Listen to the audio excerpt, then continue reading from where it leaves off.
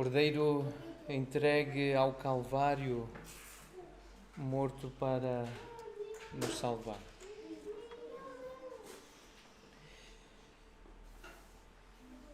Romanos 1, 16 e 17 conta essa história, ou menciona essa história.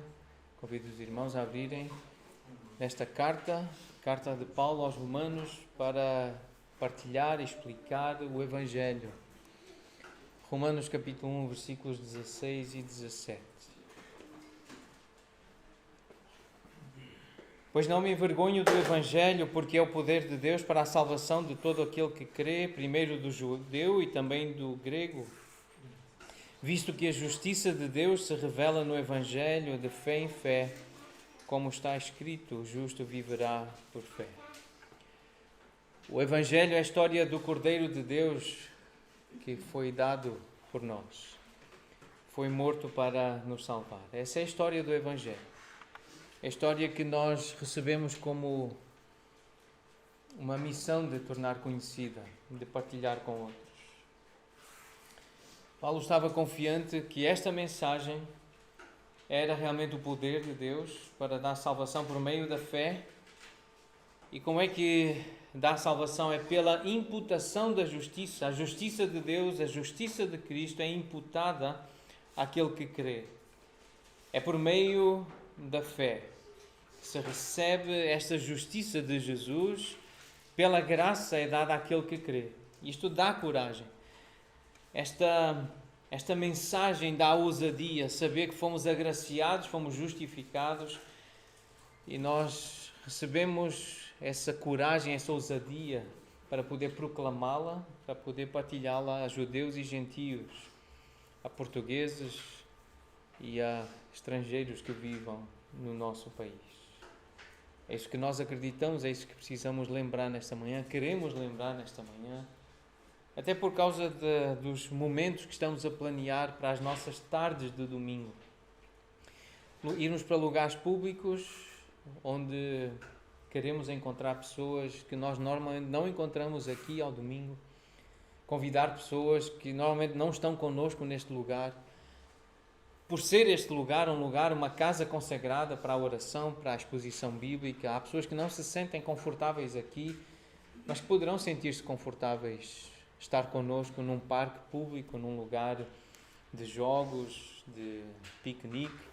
E lá nós podemos fazer algumas perguntas que despertam o interesse, a curiosidade e podem proporcionar a oportunidade de falar do Evangelho, falar desta mensagem. Então nós já nos estamos a preparar para a reunião de logo à tarde. Uma reunião informal, um convívio, mas que temos este propósito de trazer esta mensagem à nossa memória e podermos partilhar com outros, com ousadia, com coragem, porque recebemos a graça de crer e fomos feitos filhos de Deus. Este texto começa por esta ideia: não me envergonho do Evangelho. Mas eu confesso que várias vezes eu sinto-me envergonhado, eu sinto-me constrangido, eu sinto-me fraco, muitas vezes. Eu sinto vergonha de ser uma minoria em Portugal, uma minoria ridicularizada, porque sou tratado como um tolo, como um louco. Porque Paulo diz numa outra carta, na primeira carta aos Coríntios, ele diz que a palavra da cruz, e diz certamente a palavra da cruz, é loucura para os que se perdem. E aqueles que estão perdidos, aqueles que se perdem, eles acham que quem crê no Evangelho, na mensagem da cruz, está louco, é tolo. E é assim muitas vezes que eu sei que eu sou olhado, eu sou visto como um tolo, e eu sinto-me constrangido. Eu sinto vergonha. E por isso eu preciso de momentos como este, em que eu lembro do maravilhoso Salvador que eu tenho, da maravilhosa mensagem da salvação que eu ouvi um dia. Eu preciso me fortalecer, a perder o medo de ser envergonhado, humilhado em público, por ser associado com esta mensagem, a mensagem da cruz. Eu sei que eu posso falar por nós não temos gosto, nós não temos prazer, satisfação em sermos chamados ou considerados loucos. a palavra aí é usada, é tolice, é loucura. Nós não queremos ser considerados tolos, loucos, insensatos, estúpidos. Nós não temos prazer nenhum em ser vistos assim. Então é compreensível que haja constrangimentos quando nós, em Portugal, na Europa, nos posicionamos como pessoas de fé, que creem na Bíblia, que creem em Jesus. É compreensível que haja essa pressão. Pressão para nos fazermos calar, para nos encolhermos e não nos identificarmos com Jesus, com a cruz, com o Evangelho. O texto diz, lá em 1 Coríntios 1,18, que a palavra da cruz é loucura para os que se perdem. Então nós entendemos que estamos no meio de pessoas que nos consideram loucas, porque a maior parte das pessoas estão perdidas e estão a perder-se. Elas estão a caminho da destruição. Mas para nós que somos salvos, para nós que consideramos Jesus o Salvador e que temos um Salvador maravilhoso, esta mensagem, ela é o poder de Deus. É ela que nos dá força, é ela que nos dá ousadia, é ela que nos dá coragem. É ela que nos dá vida e alegria para poder partilhar e fazer planos de estar com gente que não entende ainda, até num ambiente, pode ser um ambiente hostil, mas crer no Evangelho, de facto, confiar, ter fé em Jesus, dá-nos ousadia, dá-nos fé, dá-nos confiança para ir e planear essas conversas. Precisam ser planeadas. E precisamos conversar. Precisamos partilhar esta mensagem. É a nossa missão, é o que estamos aqui a fazer. Nós acreditamos que o Evangelho é a mais sublime, é a mais maravilhosa, é a mais grandiosa manifestação do amor de Deus. Falar desta mensagem é falar de Deus e do amor de Deus. Falar da cruz é falar da maior expressão, da mais sublime, maravilhosa, graciosa expressão do amor de Deus, do Deus que ama. Falar da mensagem da cruz, o Cordeiro de Deus que deu o seu sangue, a sua vida pela humanidade. É falarmos de amor, é falarmos do verdadeiro e mais sublime amor. O texto diz que a mensagem do Evangelho é o poder de Deus para a salvação. Então esta ideia de salvação, quem é que precisa de salvação? De salvação precisa quem está doente, quem está em perigo, em fase terminal, que está preso, perdido ou condenado. Precisa de salvação quem está em perigo. E nós sabemos que essa é a condição da humanidade. Nós sabemos, olhando com sensibilidade espiritual à nossa volta, ouvindo as conversas, vendo documentários, vendo o que os meios de comunicação transmitem, nós percebemos que a humanidade está perdida. Essa é a condição da humanidade.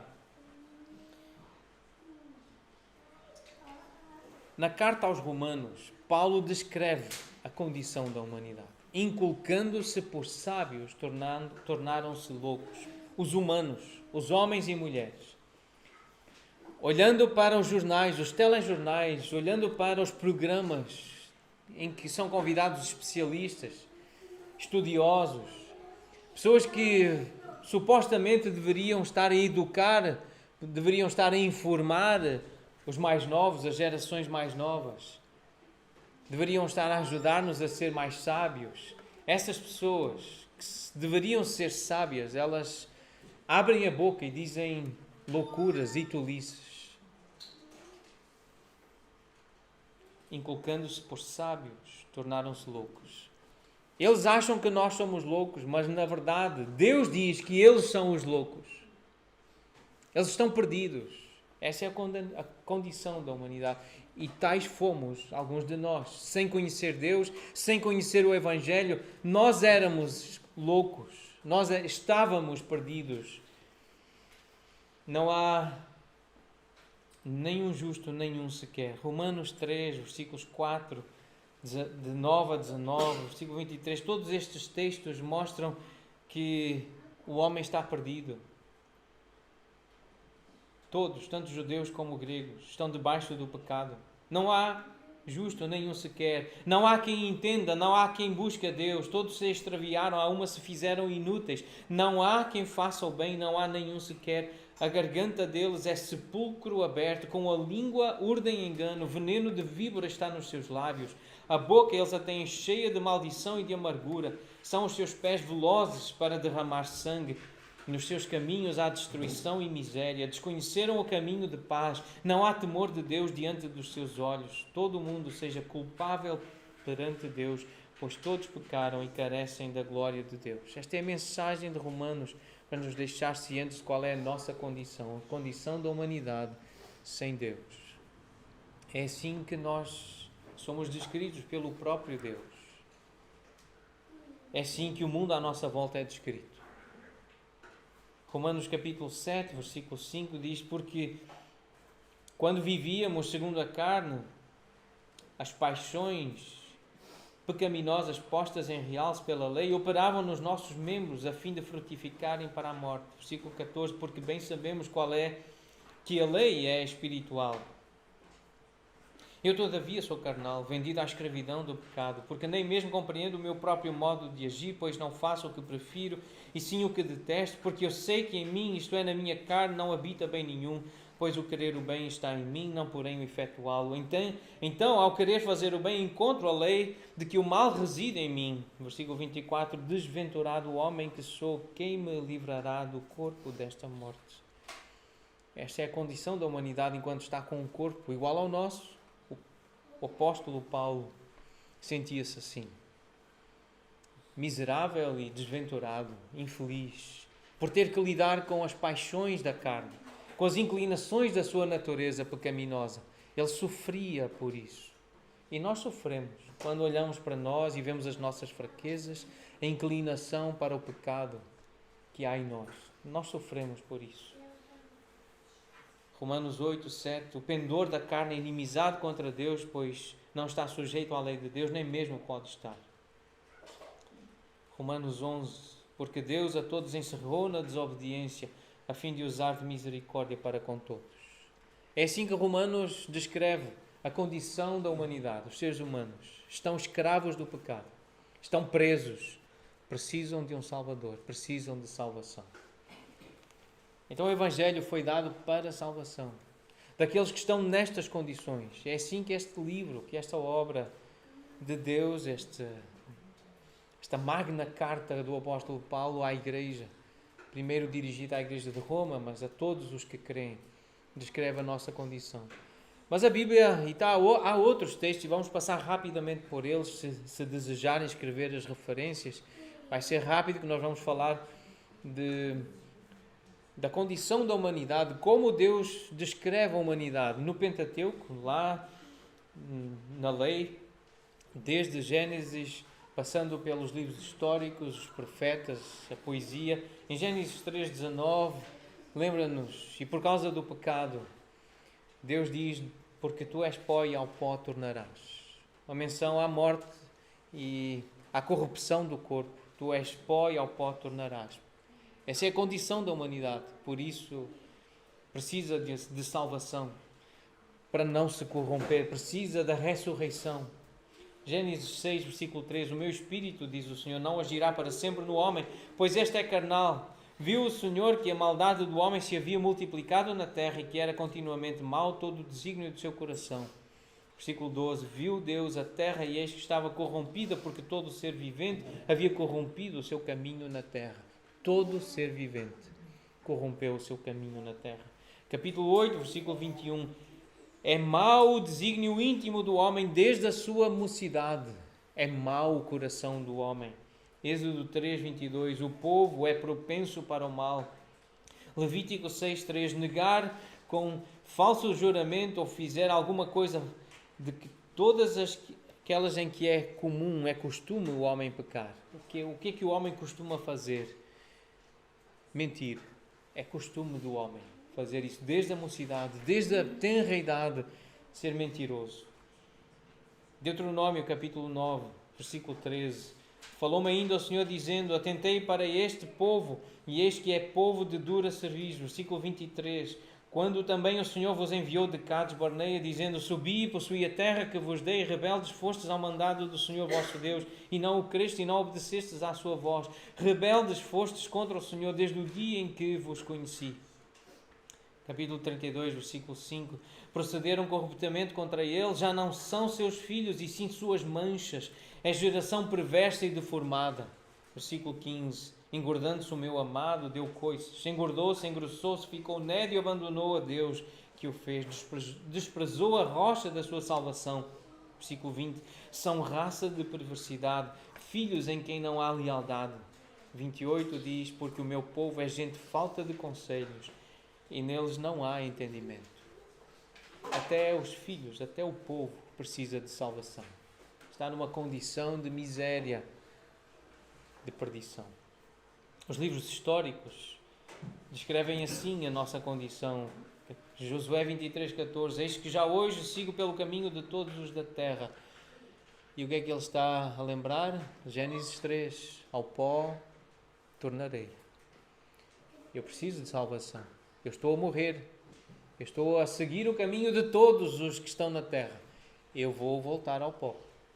Eu vou morrer. 1 Reis capítulo 2, versículo 2. Eu vou pelo caminho de todos os mortais. Agora diz Davi. E qual é o caminho de todos? É a morte. É seguir para a morte, para a perdição do corpo. Perder este corpo. É a corrupção desta carne. 1 Reis, capítulo 8, versículo 46. Quando pecarem contra ti, e esse importante parênteses, pois não há homem que não peque. Oração de Salomão ao Senhor, consagrando aquele templo, aquele lugar onde poderia ser uma casa, um lugar de oração, de arrependimento. E ele lembra, não há homem que não peque. E homem no sentido de ser humano. Homem, mulher, homem, criança, homem, idoso, é no sentido de ser humano. Todos pecam, não há ninguém que não peque. Os livros poéticos dizem assim, Salmo 4, versículo 2. Ó homens, até quando tornareis a minha glória em vexame e amareis a vaidade e buscareis a mentira? Ó seres humanos, ó humanidade, ó homem. Até quando continuareis a fazer aquilo que costumam fazer? Que costumais fazer? Seguir a mentira, praticar a maldade, amar a vaidade. Provérbios 19, versículo 13. A estultícia do homem perverte o seu caminho, mas é contra o Senhor que o seu coração se ira. Levam os seus filhos ao desespero, à ansiedade, à depressão, ao suicídio e depois desandam a boca contra Deus. É isso que os pais estão a fazer. É isso que esta geração está a fazer. Ainda se iram contra Deus. Se Deus existisse, não permitiria que o meu filho estivesse deprimido, mesmo que eu tenha pago a mudança de sexo. É isso que aos milhares estão a fazer casos assim nos Estados Unidos e no Canadá e a entrar pela Europa dentro. Eclesiastes capítulo 7, versículo 20. Não há homem justo sobre a terra que faça o bem e que não peque.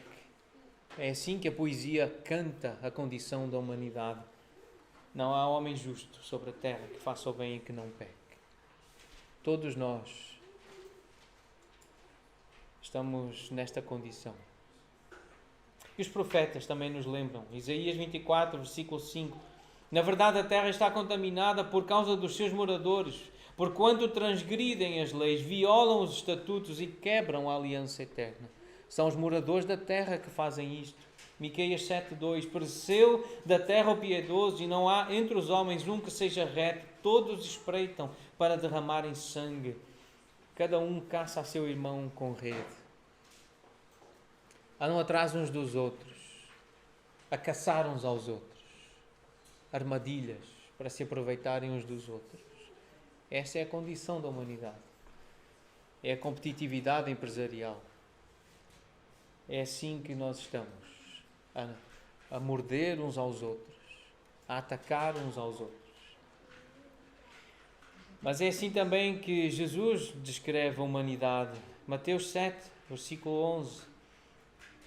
Ora, se vós que sois maus sabeis dar boas dádivas aos vossos filhos, quanto mais o Pai que é bom, mas é assim que Jesus se refere aos discípulos e aos homens. Vós sois maus. Não pensem que por serem meus discípulos, por me seguirem, que sois bons. Mateus 15, 19 e 20. Do coração procedem maus desígnios, do coração do homem e da mulher. É do nosso coração que saem estas coisas. Isto não vem de fora. Isto não vem do diabo. Isto sai de nós. Isto está dentro da humanidade. Homicídios, adultérios, prostituição, furtos, falsos testemunhos, blasfémias. São estas as coisas que contaminam o homem. Em Mateus 16, versículo 23, Jesus disse a Pedro: arreda, Satanás, tu és para mim pedra de tropeço, porque não cogitas das coisas de Deus e sim das dos homens. Tu és voz para Satanás. Quando defendes o humanismo, quando defendes ideias dos homens e filosofias humanas, tu és instrumento de Satanás. Tu estás a dar voz ao diabo. Arreda, sai de perto de mim.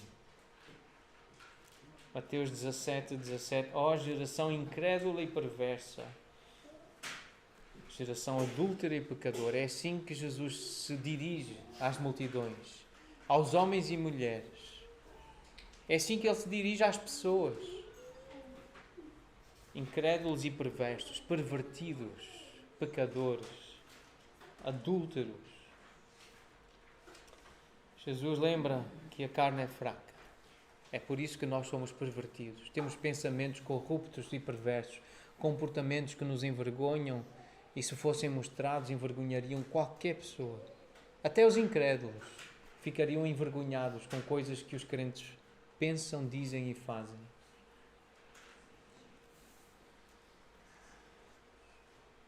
Lucas 16, versículo 15. Jesus disse: vós sois os que vos justificais a vós mesmos diante dos homens.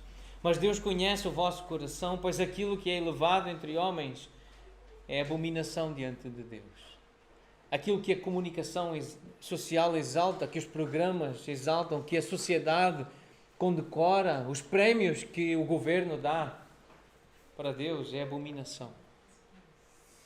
Sermos apreciados apenas pelos homens não tem valor nenhum para Deus. Nenhum. Abominação é sinônimo de ter nojo. João capítulo 2, versículo 24. O próprio Jesus não se confiava a eles. A eles quem? Aos homens e mulheres como nós. Porque os conhecia a todos. E não precisava de que alguém lhe desse a ele testemunho a respeito do homem, do que é o ser humano. O que são estes jovens que estão aqui sentados, estas crianças. Jesus não precisava. Ele sabia bem o que estava no coração de cada um. Ele sabe o que está no coração de cada um de nós. Ele sabe muito bem. Por isso ele não se confia a ninguém. Ele não se confia a nenhum de nós. Ele sabe muito bem quem somos. É por isso que os apóstolos pregavam desta forma: salvai-vos desta geração perversa. E nós fazemos parte dessa geração perversa. Nós precisamos de salvação. 1 Coríntios 3, 3. Havendo entre vós ciúmes e contendas, não é assim que sois carnais e andais segundo o homem? Ó crentes de Corinto, ó crentes que viveis na região da Grande Lisboa, havendo entre vós ciúmes e contendas, não é assim que sois carnais e viveis segundo o homem, que é abominação para Deus? Gálatas 5, versículos 19 a 21. As obras da carne são conhecidas e são prostituição, impureza, lascívia, idolatria, feitiçarias, inimizades, porfias, ciúmes, iras, discórdias, dissensões, facções, invejas, bebedices, glutonarias e coisas semelhantes a estas. É isto que é normal entre nós, no nosso coração. Se deixarmos que a carne siga os seus impulsos, cai nisto, em algum destes comportamentos. Efésios 2, 13. Ele vos deu vida, estando vós mortos nos vossos delitos e pecados, nos quais andastes outrora segundo o curso deste mundo, segundo o príncipe da potestade do ar do espírito que agora atua nos filhos da desobediência, entre os quais também nós andamos outrora segundo as inclinações da nossa carne, fazendo a vontade da carne e dos pensamentos, e éramos por natureza filhos da ira, como também os demais. O que é que isto significa? Que os portugueses que estão à nossa volta, sem Jesus, são filhos da ira, são filhos do diabo, estão condenados à destruição e à perdição. Eles precisam de um Salvador, precisam de salvação. Colossenses 1:21, e sereis estranhos inimigos no entendimento pelas vossas obras malignas. Praticando o mal mostra que não entenderam o que é o bom, o que é bem, o que está certo, o que é correto, o que agrada a Deus. E tais fostes alguns de vós, antes de conhecer a Cristo, antes de conhecer o Evangelho, antes de viver segundo o coração de Deus e o ensino de Jesus. Colossenses 2:8. Cuidado que ninguém vos venha a enredar com a vossa filosofia, com a sua filosofia, a filosofia deles, dos homens, e vãs subtilezas, conforme a tradição dos homens, conforme os rudimentos do mundo, e não segundo Cristo. A humanidade não quer ouvir Cristo e não dá conselhos nem ensinos baseados em Cristo. Lembremos disso. As escolas públicas não estão aí para servir a Jesus Cristo. O Estado não está aí para servir a Cristo. Então aquilo que o Estado impõe, aquilo que o Estado humanista impõe, não é segundo Cristo. Precisamos lembrar disso. Há muitas leis anteriores ao Estado português, anteriores à Constituição portuguesa, que estão baseadas na lei de Deus. Nós sabemos disso. Mas atenção a estas leis novas. Atenção a estes decretos que estão a surgir. São filosofias, são teorias humanistas, não são segundo Cristo. 2 Timóteo capítulo 3, versículos de 1 a 4. Sabe, porém, isto, nos últimos dias sobrevirão tempos difíceis, pois os homens serão egoístas, avarentos, jactanciosos, arrogantes, blasfemadores, desobedientes aos pais, ingratos, irreverentes, desafeiçoados, implacáveis, caluniadores, sem domínio de si, cruéis, inimigos do bem, traidores, atrevidos, enfatuados, mais amigos dos prazeres que amigos de Deus. É isto que estamos a viver os últimos dias. É este o ambiente que nos rodeia. Egoísmo. E nós somos influenciados por este ambiente. Nós vemos sinais deste humanismo aqui no nosso meio. Na nossa igreja, na minha família, em mim. Nós precisamos estar muito conscientes que precisamos de salvação. Nós precisamos de um Salvador. Tito capítulo 1, versículo 15. Para os impuros e descrentes nada é puro, porque tanto a mente como a consciência deles estão corrompidas. Capítulo 3, versículo 3. Nós também outrora éramos nécios, desobedientes, desgarrados, escravos de toda a sorte de paixões e prazeres, vivendo em malícia e inveja, odiosos e odiando-nos uns aos outros. E ainda há resquícios disso. Ainda temos essa mesma natureza. Somos propensos ao ódio, à mentira, à vingança, maligna, perniciosa, diabólica. Então a Bíblia, de forma abundante, descreve o homem, o ser humano, a mim e a ti, como estando em perigo, doente em fase terminal, preso, escravo do pecado, perdido e condenado. A revelação bíblica, o ensino bíblico, ele é abundante para nos descrever desta forma. Portanto, quando nós lemos que o Evangelho ele foi dado para a salvação, nós percebemos que há muita gente que precisa de salvação. Nós precisamos de salvação. A Bíblia é muito enfática. A Bíblia é muito clara e muito abundante em evidências da condição da humanidade. Nós precisamos de salvação. E o poder do Evangelho, ele liberta as pessoas da perdição, da ira de Deus, da ignorância espiritual deliberada, da autoindulgência pecaminosa, que é esta ideia de termos pena de nós mesmos, de nos desculparmos, de darmos desculpas como eu nasci neste país, foi nesta família, eu nasci com esta doença, com esta limitação, eu não tive oportunidades de estudar. Esta é autoindulgência pecaminosa.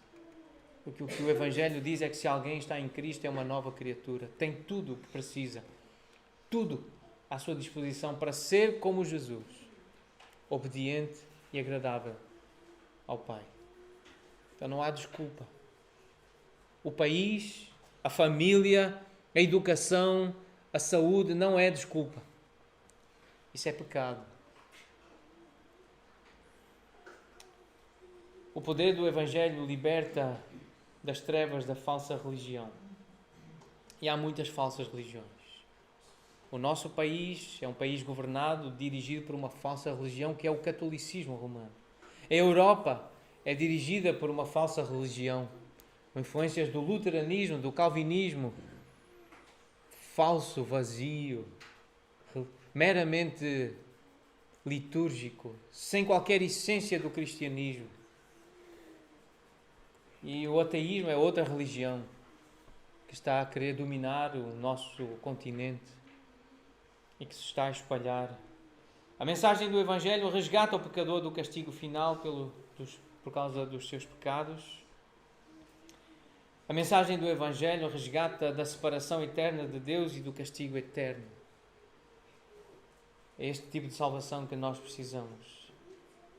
Sermos salvos da penalidade, a pena, o castigo do pecado, sermos salvos do poder do pecado que nos escraviza para fazer a vontade da carne. A mensagem do Evangelho resgata da presença do pecado. Um dia nós estaremos com o Senhor e lá não haverá mais esta influência do pecado, nem a presença do pecado. Mas alguém disse que é importante para nós, que o Evangelho liberta-nos do prazer do pecado. Porque o pecado dá prazer. E nós precisamos ser livres desse tipo de prazer. Porque esse prazer do pecado,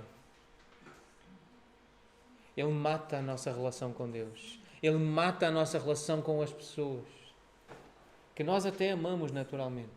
Que nós queremos estar perto, mas porque amamos o prazer do pecado, nós não conseguimos estar perto das pessoas. Elas não conseguem estar perto de nós.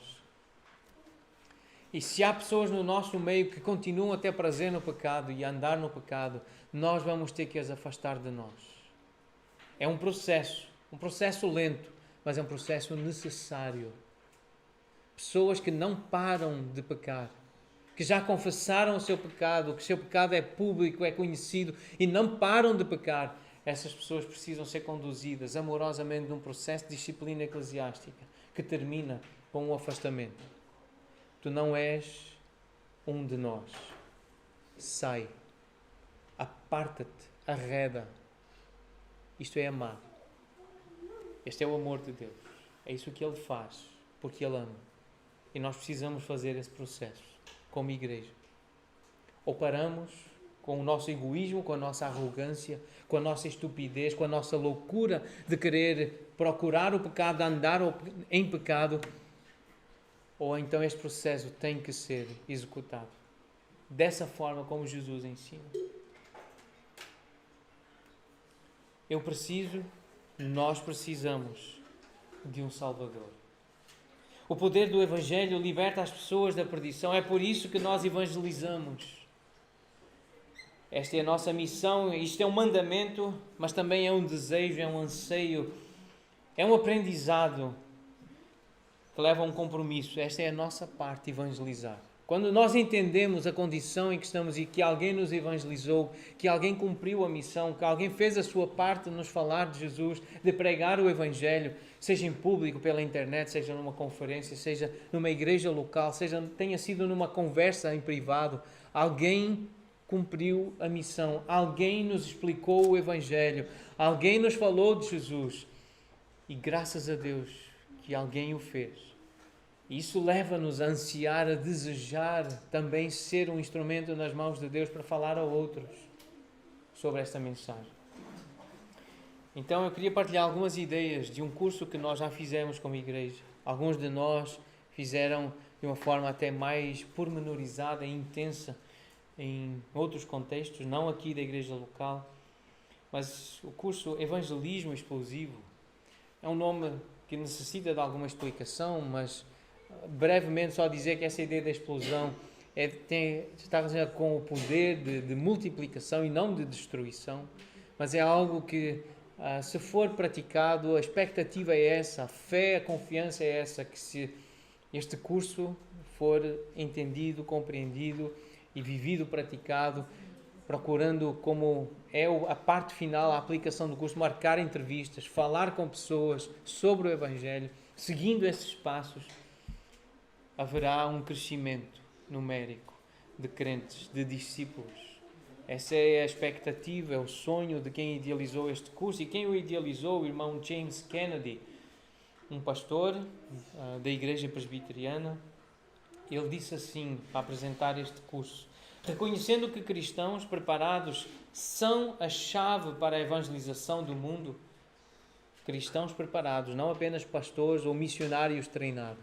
Cristãos comuns, preparados, são a chave para a evangelização do mundo. Temos nos esforçado por elaborar um programa para motivar, alistar e treinar homens e mulheres de todas as idades para fazer o trabalho da evangelização.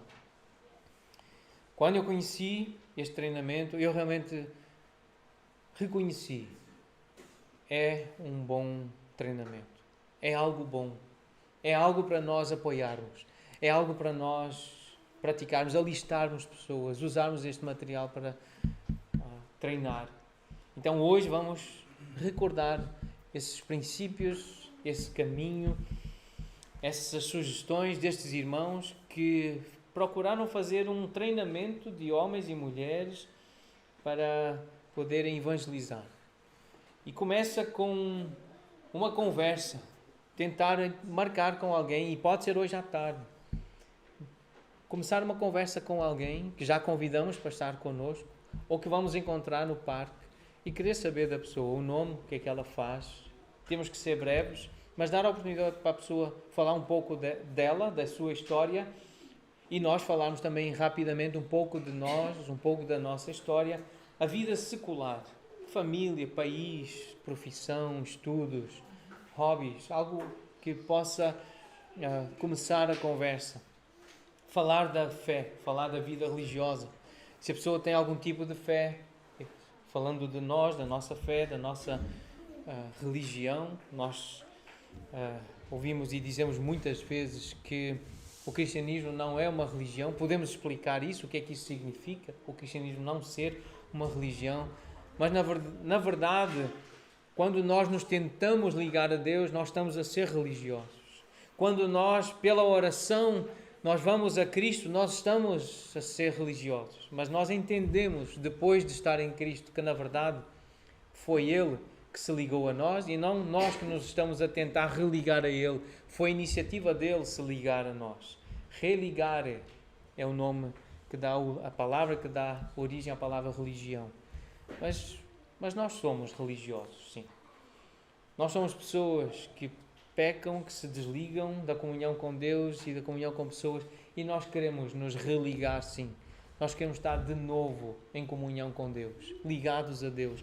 E é por meio da confissão dos pecados, é por meio da lembrança do Evangelho que nós nos religamos a Deus e às pessoas para termos comunhão. Falamos sobre isso, podemos falar brevemente sobre a religião, sobre a nossa igreja. Olha, eu pertenço a uma igreja, descrever rapidamente a igreja e dar o testemunho pessoal de conversão. Como é que eu cheguei à fé em Jesus? E planear uma história curta, mas interessante, lembrarmos de algo que tenha sido realmente muito marcante na nossa vida, algo bem interessante que possamos partilhar com a pessoa, ou então falarmos do testemunho da nossa igreja, como é que ela surgiu, ou das igrejas que são bíblicas, como é que elas têm sobrevivido ao longo da história, como é que elas iniciaram e têm existido. Mas são estes os pontos: falar da vida secular, da vida de fé, falar da igreja ou do testemunho pessoal. Então depois termos cuidado aqui, porque vamos querer fazer perguntas e fazer uma transição para fazer a pergunta que vai levar para o Evangelho. E perguntar então, ou pedir autorização. Eu queria fazer uma pergunta. Pergunta importante, depende do ambiente, mas a primeira pergunta é esta: já chegou a um ponto na sua vida espiritual em que poderia dizer com certeza que se morresse hoje iria para o céu? Então isto pode ser feito de outra forma, não tem que decorar, nem precisa soar algo decorado, mas dizer com as nossas próprias palavras, com aquilo que tu sabes sobre Deus e sobre fé, sobre a Bíblia. Já chegaste a um ponto em que podes dizer com certeza que se morresses ias para perto de Deus, estarias no céu. Tu podes responder isso com certeza? É uma pergunta que já abre para a evangelização. Esta é uma pergunta muito importante. Esta é a pergunta mais importante que nós podemos fazer. Outra pergunta muito importante é: suponhamos que morresses hoje e te apresentasses diante de Deus e Ele perguntasse: porquê que eu te devo deixar entrar no meu céu? O que é que tu lhe responderias? Mas antes dessa pergunta, só fundamentar que é possível, com a palavra, saber que estamos a caminho do céu. 1 João 5,13 diz que nós podemos saber se estamos a caminho do céu. E se a conversa for para esse lado, podemos lembrar desta ou de alguma outra passagem que Jesus também diz em João 14. E há outras passagens que ele diz que vai preparar uma morada para aqueles que creem. Alguns textos que falam da convicção, da fé convicta. É possível saber que temos a vida eterna. 1 João 5,13 diz que a carta foi escrita com esse propósito. Mas então a segunda pergunta é essa: o que é que tu fizeste, ou o que é preciso fazer para garantir que Deus vai autorizar entrar no céu dele, no paraíso dele, na presença dele? Então fazer isto, a ideia é esta: suponhamos que morresses hoje e te apresentasses diante de Deus e Ele te perguntasse: o que é que tu fizeste? Por que é que eu devo deixar que tu entres no meu céu? O que é que tu dirias? E aqui nós já vamos perceber qual é o tipo de fé da pessoa. Algumas pessoas, e o mais comum vai dizer: nunca cometi nada grave, eu nunca fiz nada, eu tenho procurado ser uma pessoa boa, eu tenho procurado compensar com generosidade. Esta é a falsa religião, este é o humanismo, esta é a religião das obras, que a maior parte das religiões vivem, creem. É assim que quem acredita em Deus procura viver, fazer algumas coisas boas para compensar as más, que sabe com certeza que faz, e que no fundo a balança pesa a favor dela no fim da história. Então nós precisamos repetir, confirmar se entendemos bem o que a pessoa disse, e depois há uma transição, e aqui é sugerido dizer: olha, quando eu fiz a primeira pergunta eu achei que tinha boas notícias, mas depois de ouvir a resposta à segunda pergunta, eu sei que eu tenho as melhores notícias que tu jamais ouviste e que poderias ouvir. Eu vou-te falar então sobre a graça do Senhor, a graça de Deus. E porque a graça de Deus, a vida eterna, o céu é um presente. Então estas são as excelentes notícias, é falar, e começa-se por falar de Deus e da graça de Deus. Deus especificamente pode vir mais à frente, mas a vida eterna, ela é um presente. Podemos lembrar deste texto, Romanos 6,23, o salário do pecado é a morte, mas o dom gratuito de Deus é a vida eterna em Cristo, o nosso Senhor. É um dom gratuito.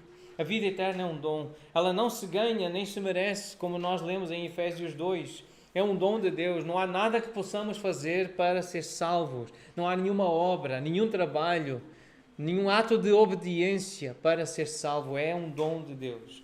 É isso que nós lemos. Depois há ilustrações que podemos usar aqui para explicar esta questão da graça. Um amigo, quando nos dá um presente, se nós tentamos pagar esse presente, compensá-lo imediatamente: deixa-me pagar-te o presente, essa pessoa pode ficar ofendida. Ela normalmente fica ofendida.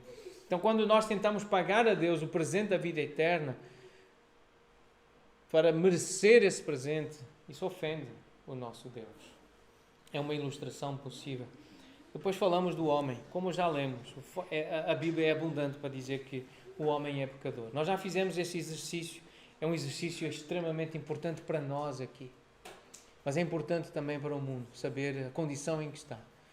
Eu dei várias referências. Se os irmãos anotaram, têm muitos textos que podem usar para convencer, persuadir alguém que vos dá tempo, que vos dá a oportunidade de conversar, para mostrar a condição da humanidade, como o homem é pecador. Todos pecaram e estão destituídos da glória de Deus, da presença de Deus, da bondade de Deus. Podemos e devemos explicar o que é o pecado e a quantidade de pecados. Se nós formos multiplicar os pecados que cometemos ao longo de uma vida, é muita coisa que pesa contra nós. E nós podemos dizer que basta um pecado, basta uma falha, um ato de desobediência para nos fazer merecedores do inferno e do lago de fogo. Nós não precisamos de acumular muitos pecados, basta um.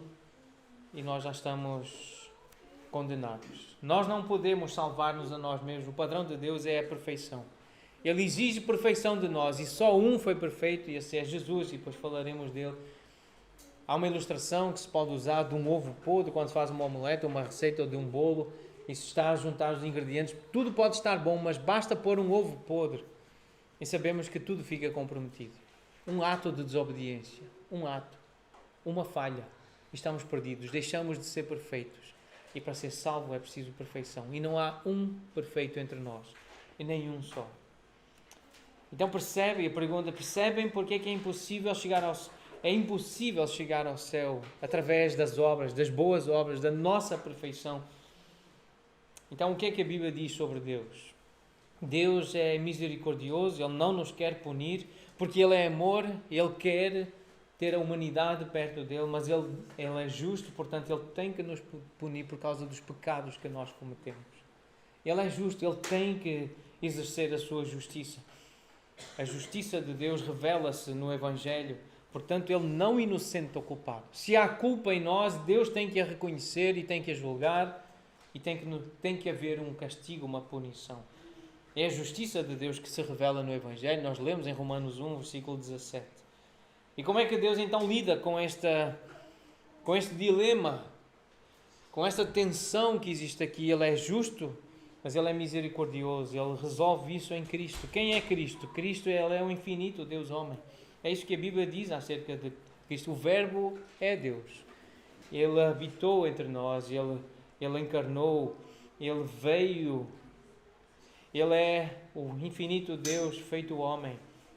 O que é que Ele fez? Ele morreu na cruz e ressuscitou para pagar pelos nossos pecados. Ele comprou-nos um lugar no céu que nos oferece gratuitamente. Era preciso um sacrifício perfeito, e Jesus, Ele era perfeito, e o sangue dele era sem mácula, por isso para Deus era suficiente. Ele aceitou esse sacrifício como suficiente para perdoar o pecado de toda a humanidade, de todos os que creiam em Jesus. Então foi isto que Jesus fez. Em Isaías 53, versículo 6, lemos: nós andávamos desgarrados como ovelhas, cada um se desviava pelo caminho, mas o Senhor fez cair sobre ele a iniquidade de nós todos. Ele cumpriu na cruz esse propósito de levar a nossa culpa.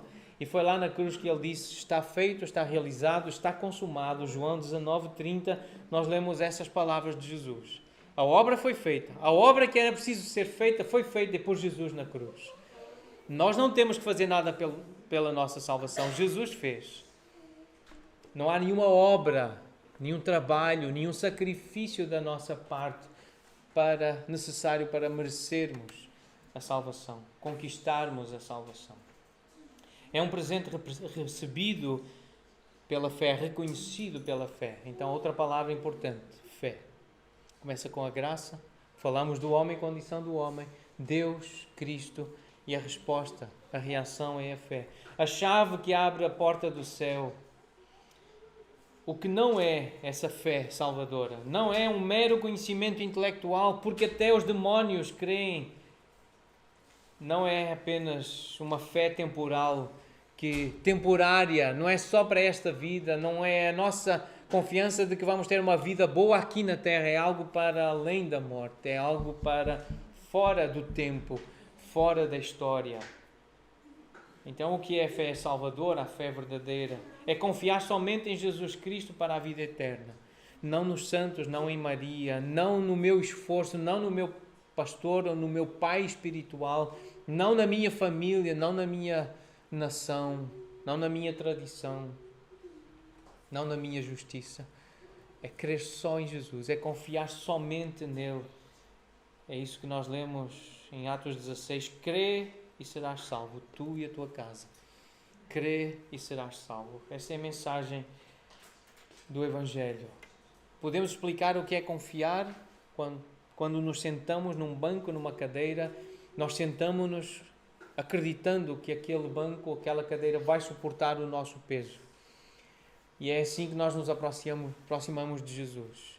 Nós entregamos a nossa vida, nós atiramos-nos para Deus, para Jesus, e dizemos: eu sou teu, eu rendo-me, eu entrego-me a ti, porque tu morreste por mim.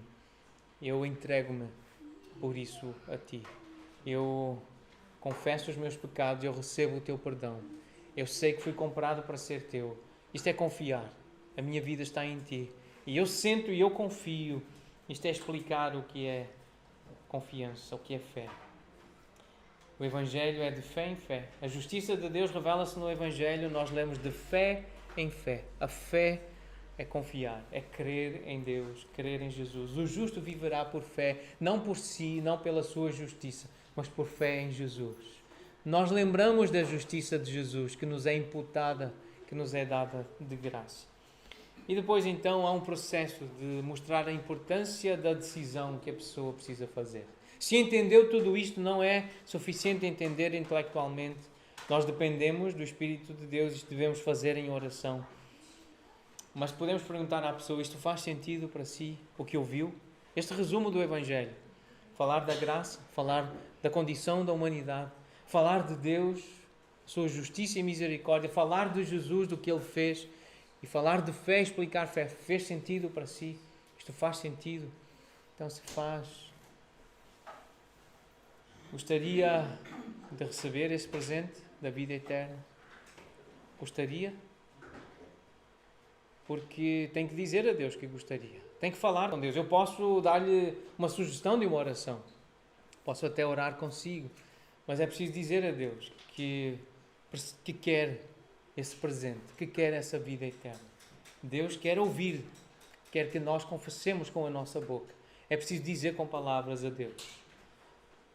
É no parque, mas é aqui também. Se alguém ainda não fez isso, precisa fazer aqui. Os nossos filhos precisam fazer se ainda não fizer.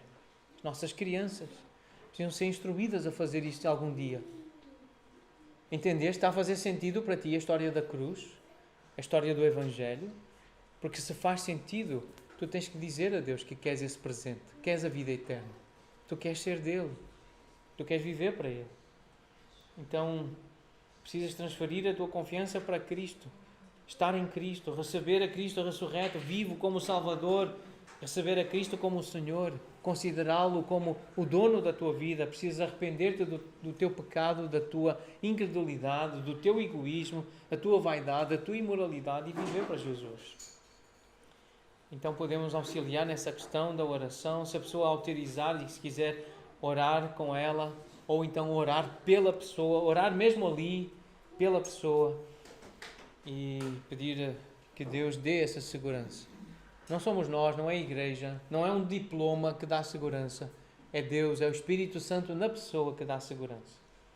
É Deus nela que é o penhor e a garantia. E depois nós podemos então lembrar.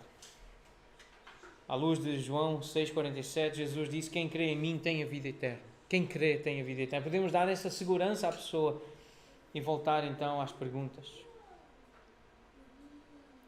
Suponhamos que a primeira pergunta chegou a um ponto na sua vida espiritual em que poderia dizer com certeza que se morresse hoje iria para o céu. Então, hoje já se entendeu, se passou por todo este processo, sim? E porquê? À luz do que nós entendemos, qual é a resposta certa a esta pergunta? Porque eu creio que Jesus morreu por mim. Eu acredito que Deus deu-me a graça dele, o favor dele, a bênção de ser dele. Deus deu-me fé para acreditar no que Jesus fez na cruz. É por isso que eu posso estar no céu. É por isso que eu tenho a certeza que se eu morrer hoje eu vou para o céu. Porquê? Porque Jesus morreu por mim. E a pergunta, a segunda pergunta, por que eu devo deixá-lo entrar no meu céu? É porque eu identifico-me com Jesus. Ele comprou-me para estar na tua presença. É por isso que tu deves deixar Deus, porque tu compraste-me para ti.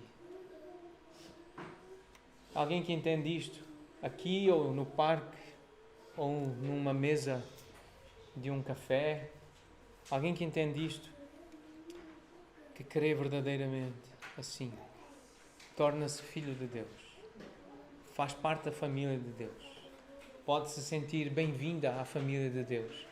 E a partir daí nós procuramos fazer um acompanhamento espiritual com essa pessoa para que haja crescimento na fé.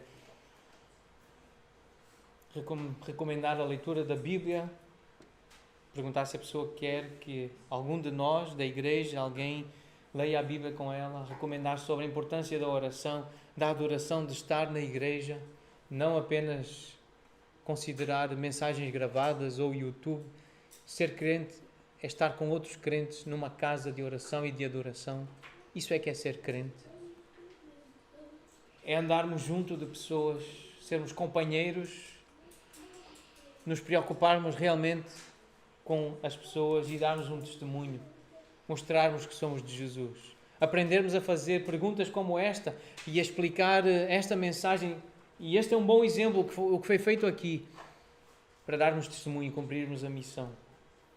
E podemos convidar a pessoa para participar da vida da nossa igreja. Se mora perto, participe, venha às nossas reuniões. À quarta-feira temos reunião, ao domingo de manhã temos reunião. Participe da nossa igreja, venha participar. Nós estamos disponíveis para ajudar. E porquê é que estamos disponíveis? Porque temos uma missão. Nós temos que estar disponíveis. Foi para isso que Jesus nos comprou. Para estarmos disponíveis para falar dele, falar desta mensagem. É assim que está escrito. Foi para isso que Deus nos deu a Bíblia, para nos treinar na evangelização. E nós vamos orar. Senhor, dá-nos essa visão. Dá a esta igreja essa visão de aproveitar oportunidades como a de hoje, num parque público, onde podemos convidar colegas, amigos, vizinhos, para ir a um parque público, para, no meio de uma conversa, de uma brincadeira, dizer algumas coisas que depois introduzem a conversa, e uma conversa de 15, 20 minutos, meia hora, em que eu vou partilhar estas ideias.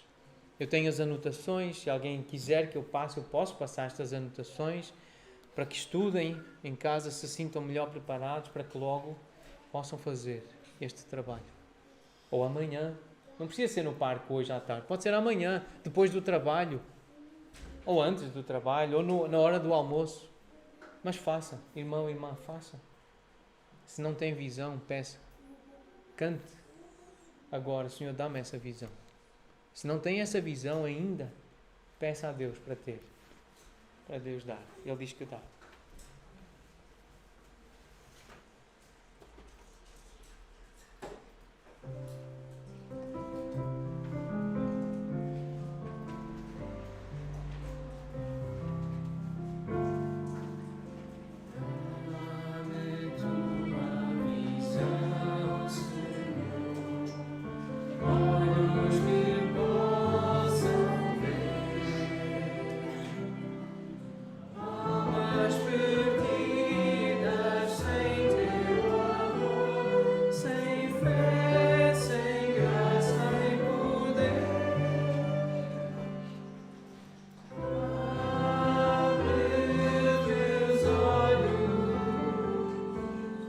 Bye.